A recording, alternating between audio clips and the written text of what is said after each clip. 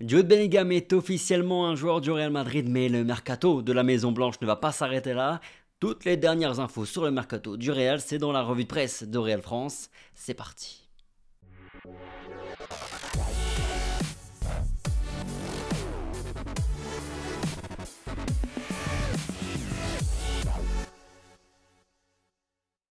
Bonjour à tous, j'espère que vous allez bien, ravi de vous retrouver aujourd'hui pour une nouvelle revue de presse de Real France et on commence sans plus tarder par découvrir les unes des deux quotidiens madrilènes Marca et AS, des unes évidemment consacrées à Jude Bellingham qui est officiellement un joueur du Real Madrid. Alors oui, pour les plus pointilleux d'entre vous, d'entre nous, le Real Madrid n'a rien annoncé, ils n'ont pas fait de communiqué officiel encore, mais ça arrivera bien sûr après le protocole, la visite médicale et la signature. Je pense simplement qu'ils se sont fait un petit peu devancer, court-circuiter par le Borussia Dortmund dans leur communication, mais 5h moins 10 au moment où je tourne, il me semble qu'il a déjà passé sa visite médicale aujourd'hui, donc ça va plus tarder. Du côté de As, Bellingham est bien entendu là aussi à la une et Harry Kane, juste ici, coup de froid sur l'opération, le Real Madrid refroidi par son âge et son prix. Parlons évidemment de Bellingham qui a signé son contrat avec le Real Madrid 6 années et il percevra un salaire de 10-12 millions d'euros net par saison selon Fabrizio Romano. Donc c'est déjà assez haut sur l'échelle du Real Madrid.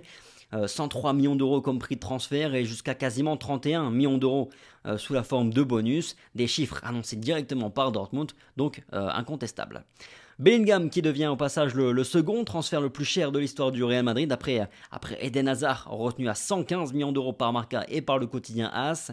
Marca nous a aussi sorti l'historique des dépenses sous Florentino Pérez et là on voit à quel point le Real Madrid a été calme sur les derniers mercato après avoir néanmoins sorti le chéquier en 2019-2020 avec pas moins de 350 millions d'euros dépensés. On est reparti à mon avis sensiblement sur les mêmes bases en termes de dépenses, en espérant que ce soit une meilleure réussite, parce qu'on avait quand même jeté pas moins de 200 millions d'euros sur ce mercato, entre les arrivées onéreuses de Eden Hazard, de Luka Jovic, mais aussi de Jesus Régnier, qu'on a totalement perdu des radars. En tout cas, hier, je vous demandais si vous pensez que Bellingham serait un titulaire indiscutable, enfin un titulaire dès cette saison au Real Madrid. Et clairement, il y a une grande confiance vis-à-vis de l'ancien joueur de Dortmund. Alors l'argument de il a coûté 100 millions d'euros, c'est pas pour être sur le banc, j'y crois pas trop, il a pas tellement de valeur. Et d'ailleurs, on a pas mal quand même de bons exemples sur les dernières années au Real Madrid par rapport à ça. Mais s'il réussit effectivement à s'adapter assez vite au Real Madrid, je pense que ce sera très vite un titulaire indiscutable. Je suis pas loin de penser qu'on pourrait vite penser qu'il y ait un Real Madrid avec et sans Bellingham. Pourquoi? Parce que c'est un profil vraiment différent qui nous manque actuellement. C'est un vrai créateur et ça va faire grand bien au Real Madrid. Et pendant ce temps-là, nous sommes toujours dans l'attente de la réponse de Dani Ceballos, comme le titre aujourd'hui, le quotidien AS, à qui le Real Madrid a offert une prolongation de contrat de 3 années supplémentaires. Tiens, ça va être la petite question du jour. Est-ce que vous pensez que Dani Ceballos doit être prolongé par le Real Madrid? Est-ce que vous avez envie de voir Dani Ceballos prolongé au Real Madrid? Est-ce que ça a vraiment un intérêt pour lui? Est-ce que c'est vraiment la meilleure option pour lui? Dites-moi un petit peu dans les commentaires. Et puis on en reparle demain. Je vous donnerai mon avis à moi. Passons à présent sur, je crois, le dossier qui va nous occuper une bonne partie de l'été, à Harry Kane. Le quotidien AS nous informe aujourd'hui que le prix du jour a refroidi le Real Madrid. Son âge et les prétentions de Tottenham rendent l'opération injouable, peut-on lire ce jeudi. Le Real Madrid ne croit pas que cette opération sera amortissable. Comprenez qu'ils ne veulent pas mettre 100-120 millions d'euros sur un joueur qui a fêté ses 30 ans. Parce que oui, ce qu'il en ressort ces dernières heures, c'est que Tottenham veut 100 millions de livres, c'est-à-dire 116 millions d'euros. Maintenant, le son de cloche est différent du côté de Marca, mais aussi de Fabrizio Romano, qui est quand même une très grande référence sur le mercato.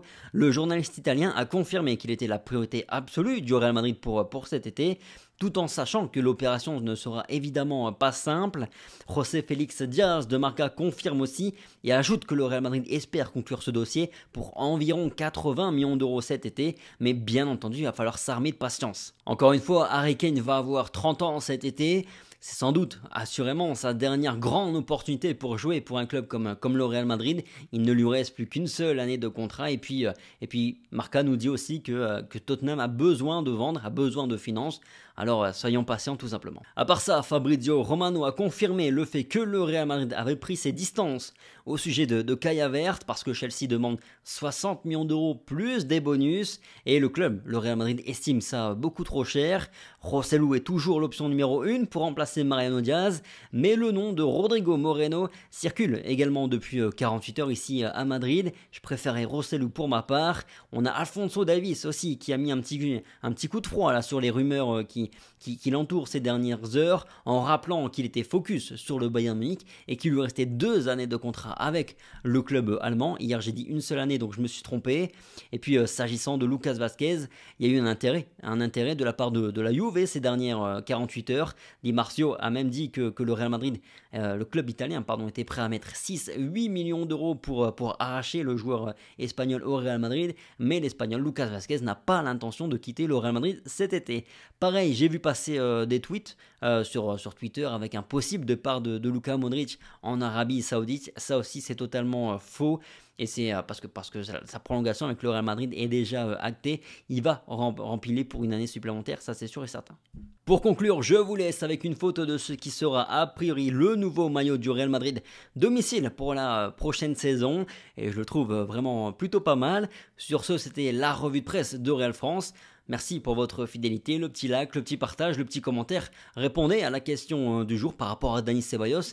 Est-ce que vous pensez, est-ce que vous avez envie qu'il prolonge avec le Real Madrid? Est-ce que vous pensez qu'il va prolonger? Est-ce que c'est dans son intérêt de prolonger au Real Madrid? Sur ce, passez une bonne journée, une bonne fin de journée. Prenez soin de vous comme toujours et puis on se dit à demain pour la revue de presse. Allez, ciao!